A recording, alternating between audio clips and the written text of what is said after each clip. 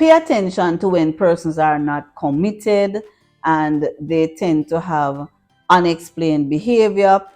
Welcome back to our channel, and thank you once again for joining us in this another day in the life of living on Autistic Edge. I am Terry Ann Elaine, proud autism mom, and we are here to share with you tips and tricks of how we navigate through our journey right here on Autistic Edge.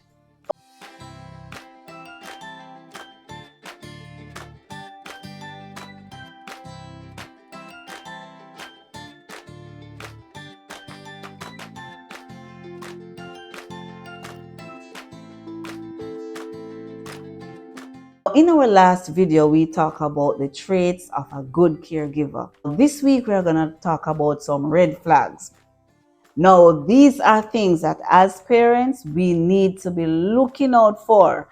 These are some of the challenges that we face, a lot of parents, finding the right person, and how, when you have the person, how to recognize if they are really the right person. So number one of the things you need to look out for: unexplained injuries and bruises. Now, oftentimes you're going to have your children have little mini accidents. They are children, and growing up, you're going to drop, you're going to get a knee bruise, you're going to get a little scrape somewhere, and the bicycle might drop one. But guess what?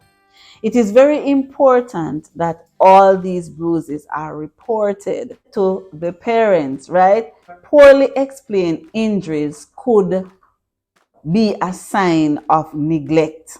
Number two, another red flag sign is sudden changes in your child behavior.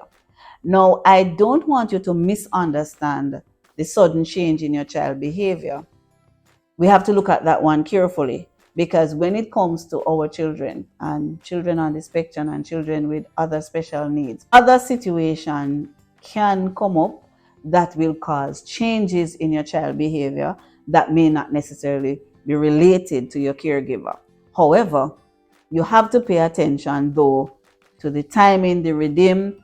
You know your child. Look at the timing in which these situations are happening. So if you notice that your child having excess anxiety, fear, or withdrawal, aggression, or reluctance to be around your caregiver, this could be a warning sign. I remember in the past we had a situation when we were at home, especially when I was at home, my son was being a little bit clingy. So if I work from home, he would just be clingy, he would just be in the room, he wanted to be where I am. And that was a big red flag for me. And I had a major concern with that.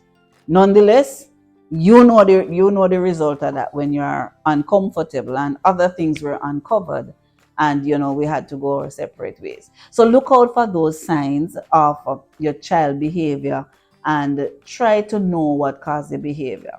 All right. Now, number three, lack of communication. Now, when you have a caregiver that tries to avoid giving details, pay attention to that. When they refuse to answer questions, or if they are in the defensive, when they ask about incidents. Let me give you an example. If you ask a question that requires an explanation, but then you get a one-word answer or just a one-line answer with nothing else. All right. How was school today? Good. And so if you're going to tell me that the day was good, now you need to be prepared to expand on the day. The day can't be just good. So what was good about the day? What was the highlights of the day? Because that helps you with information. Now remember, if you have a situation and you have to go to the medical professional, they're going to start asking questions. Something happens at school. Something happens to your child at school. Now the parent will have to take the child to the doctor. When you go to the doctor, how did that happen? If the parent was not at school, the parent should be provided with sufficient, honest, clear, open communication around the incident so they are able to relate. So if the child had a fall that would create some injury, how did the child get the fall? What was the nature of the fall? That is important for the medical professional, because that will decide how they will treat the child in terms of medication and understanding what may have happened. So lack of proper communication, lack of open communication, lack of honest communication. So pay attention to when you're asking questions about your child and you're getting some half answer that you think you should get more explanation on. You have to be smart. Parents, we are the detective for our children. We need to know the things. We need to know about our children.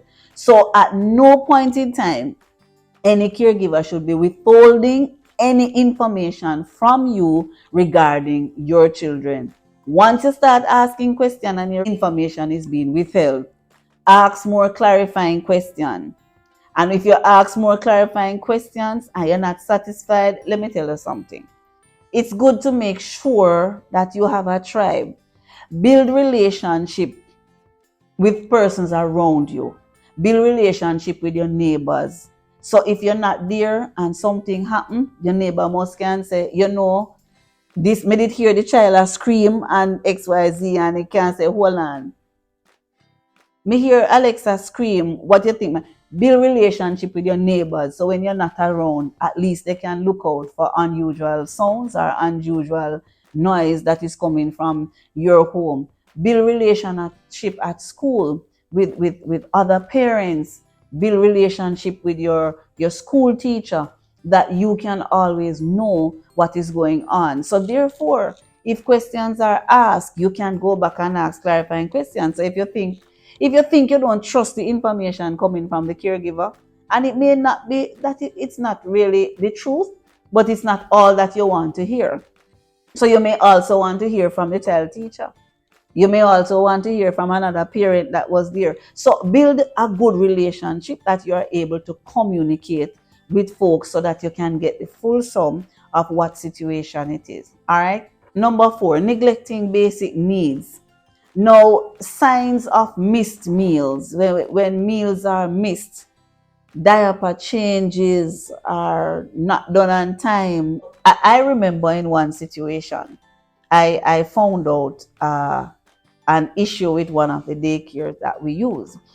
And the situation we had was Alex started having a diaper rash. And when we asked about it, I mean, it was very aggressive. It came and it started, and it was just within a short space of time, he had a major rash. When we started doing our query, now my first instinct is I put 5 diapers in the bags in the mornings. But when I went to pick him up in the evening, he was in a brand new diaper, clean, dry, and everything. And at the same time, there was only 4 diapers left in the bag. Now, if I dropped him off at school in a clean diaper and I left him with 5 diapers, and I came home in the evening, he's in a dry one and 4 left in the bag, it means that he never changed before me, just come pick him up. No, and I say this example, parent, because this was one of the reality that I go through. I have to basically be checking the things that the child had in the bag. Now, for me, that was a sign that diaper change was not done on a regular basis, because there is absolutely no way the child could wear one diaper for the entire day, and then at the same time when I pick him up, the one that he has on is a dry one. So he should have gone through at least if he pee, he should have gone through at least 2 diapers for the day. And when I come, he would have been on the 3rd one.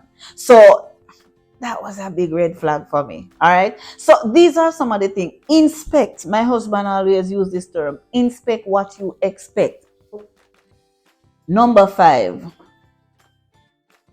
isolation. Now, pay attention to the overuse of screen and isolation, right?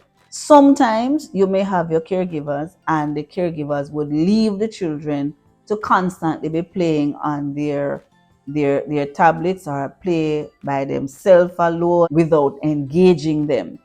Now, you have to make sure that you are doing your checks on those areas. When you leave the child during the day, you need to have activities scheduled for them. You along with your caregiver need to come to an understanding of what is going to be on the schedule for today. What will you do for today? So unless that is something that both of you agree on, you have to pay attention to how they engage the child throughout the day, so that the child is not there, sit there idly while the caregiver might be just be watching television and all of that. Number 6, pay attention to safety measures.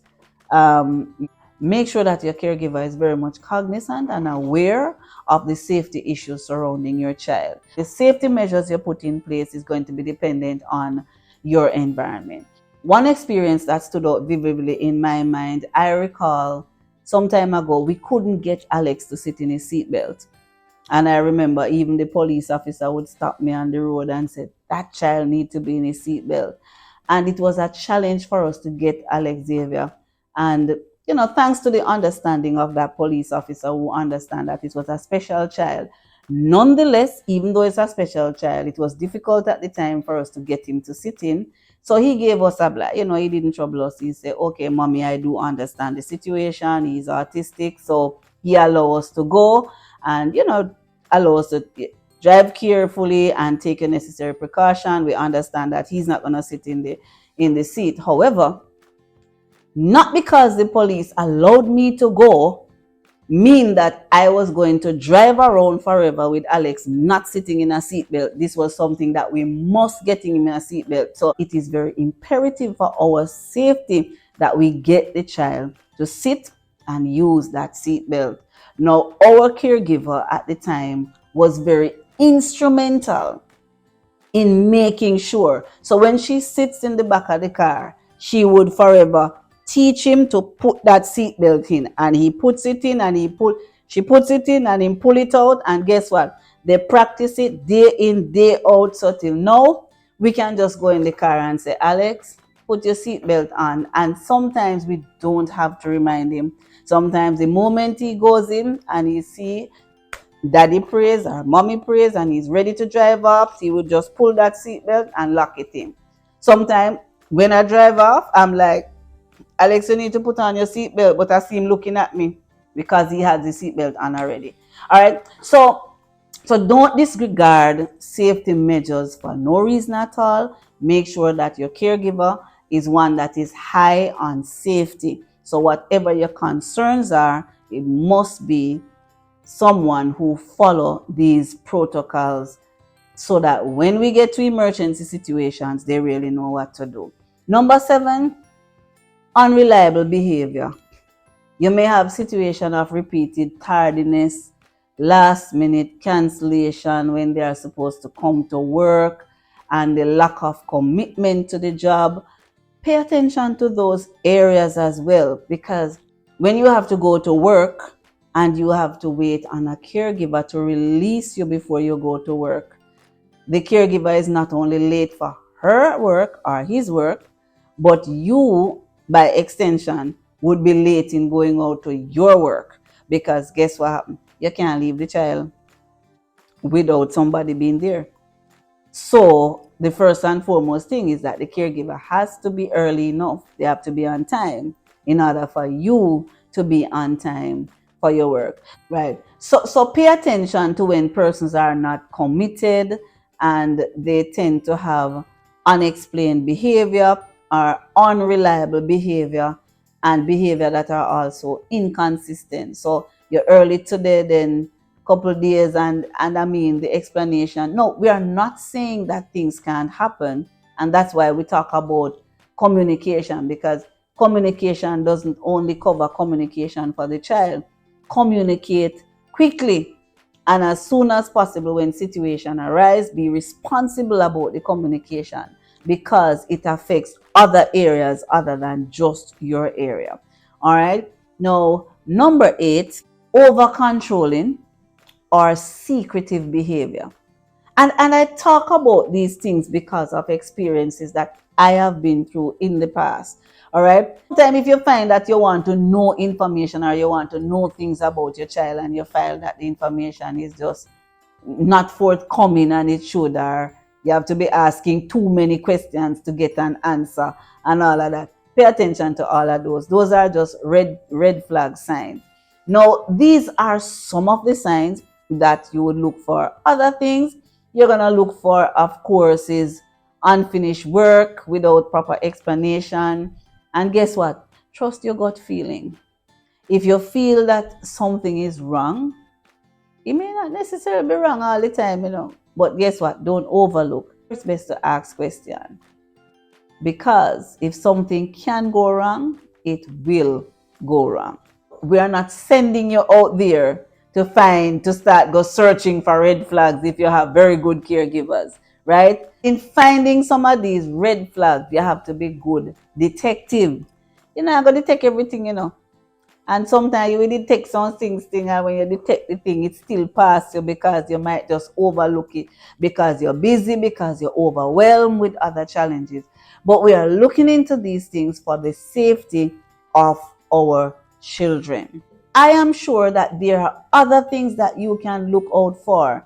If you have other areas and you have other gut feelings, pay attention to them. And guess what? You can do so much and do no more. So you have to rely on the Lord to give you wisdom in some of the situations, as we would have done in the past. Thank you once again for joining us in this another day in the life of living on Autistic Edge. Don't forget to like, comment, share, and make sure you subscribe so the next time we put out another content, you will be notified.